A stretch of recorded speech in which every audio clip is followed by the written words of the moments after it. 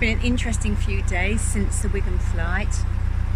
The stretch of water for about 2 days after the Wigan flight was full of pennywort, and we've been down the weed hatch many times, but it's not so bad now. It's mainly, well, this bit is blanket weed and duck weed, which some people call granny's green teeth. And it's an interesting canal. It's got some beautiful bits and then some very rundown and industrial bits, and the canal isn't as well kept as it could be. There's an astonishing amount of rubbish on it, and I mean, I've picked out what I can, but you can only pick out a bit really when you're in the locks. And I don't know if they have rubbish collectors here. I don't know why people use it as a bin anyway, but plastic bottles and cans mainly, lots of balls. So we are on our way to meet another boater for coffee this morning. They're passing the opposite direction and they'll be going down the Wigan flights in a few days, so I've advised them to buddy up. I don't know if it's their first time, but if it is, they definitely need someone to go down with. And then we've got to decide what to do. We're on our way to Skipton, and after Skipton we've got to decide whether to go clockwise or anti-clockwise back to Beeston to get our boat blacked. One of us prefers one way and one the other. One way has got 100 more locks, so we'll see. In the end, Henry will make the decision because he's the one that does the locks, and so I'm not going to say either way. I would rather go the quick way, but we'll have to see what happens. And if we do go the way with 100 more locks, we'll be going back down the Wigan flight. So I don't suppose it can be as bad as when we came up. So it's a nice morning. We're trying to get down to the Weaver's Triangle today before the thunderstorms come in, so we'll see how that goes.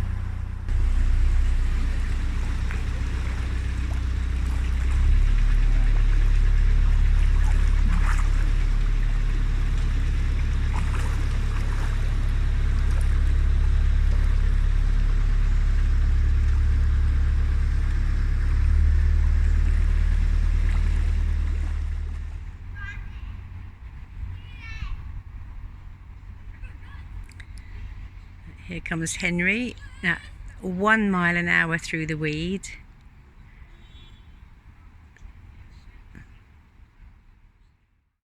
So we've moored up in this little corner and we're just sitting here watching the thunderclouds as they sweep over.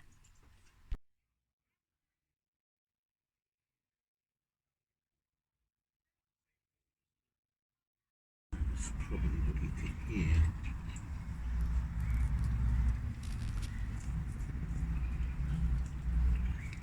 What better way to spend Saturday night with your head down the weed hatch?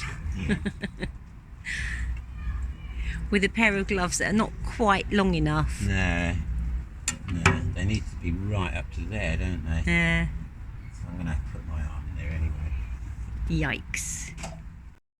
Just felt the boat rocking around, and two young numpties who were trying to sell weed to us half an hour ago have just run past and pulled our pins out.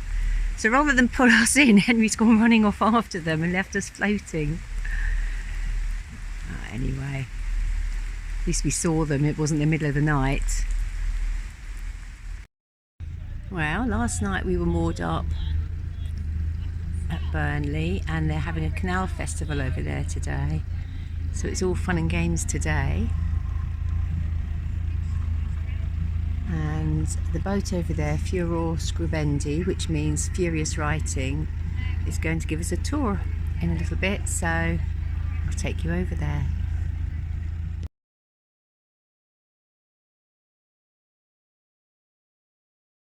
The name Furor Scribendi takes inspiration from an essay by Octavia E. Butler from her short stories Bloodchild. On board there's a galley, library, writer's room, bathroom, reading salon, and room for about 10 passengers, as well as all this amazing artwork.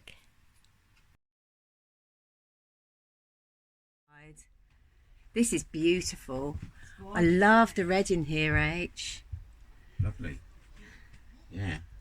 So you have, these are all short stories? yeah, the biggest short story collection from the library, so they're all able to be borrowed. And these are gorgeous, the upholstery. Everything is handmade. Wow.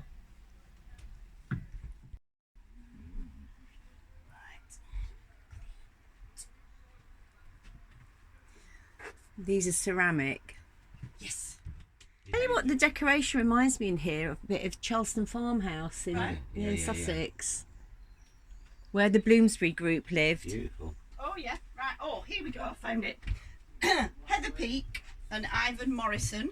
So this is a book of their various creations around the world. Excellent.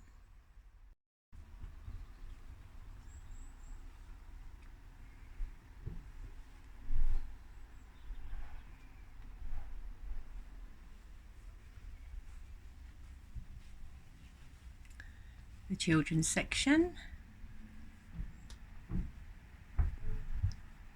This looks like canvas on the walls or a board. It's got a weave. Well, we don't live on full time now. We do about 7 months.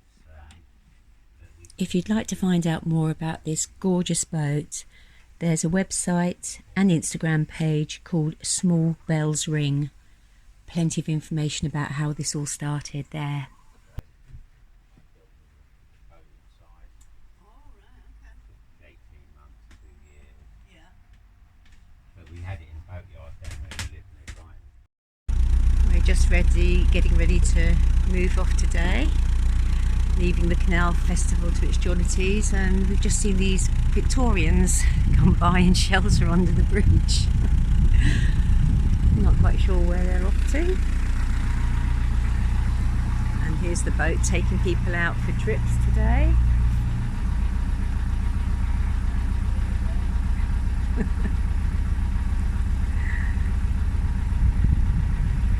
You're going to get fed up this evening. Yes. See you in Skipton.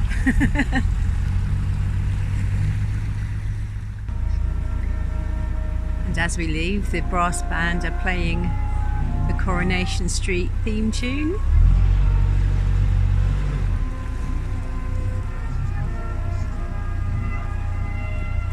And the festival has just opened and the rain is due to stop, so hopefully they'll have a good day for it.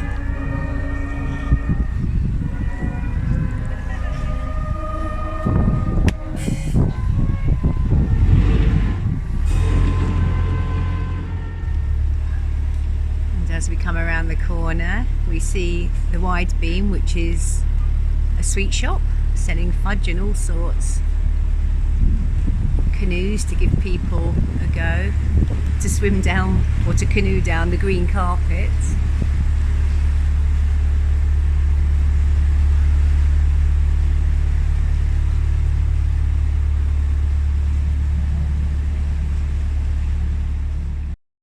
Got their first customers.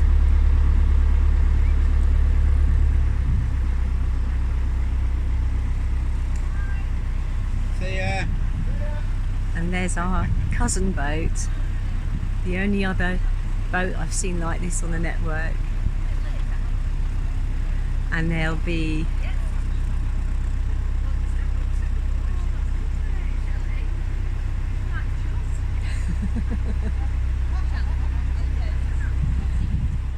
thanks for showing us round. Welcome, have a safe trip.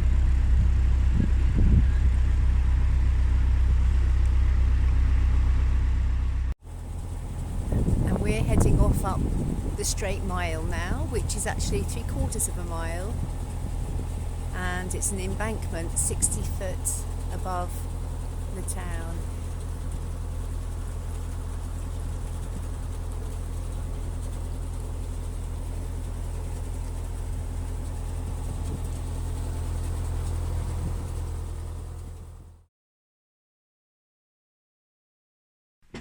At the moment we're still in Lancashire, and at some point today we should cross over into Yorkshire, or it may be tomorrow.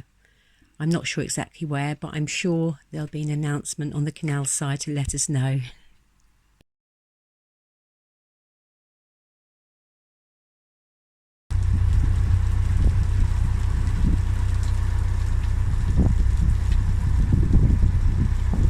Gosh, look at all the rain sweeping over the hills. See, now to us this is proper up north. We don't have stone like this down south. The houses are really solid. Lovely chimney pots too.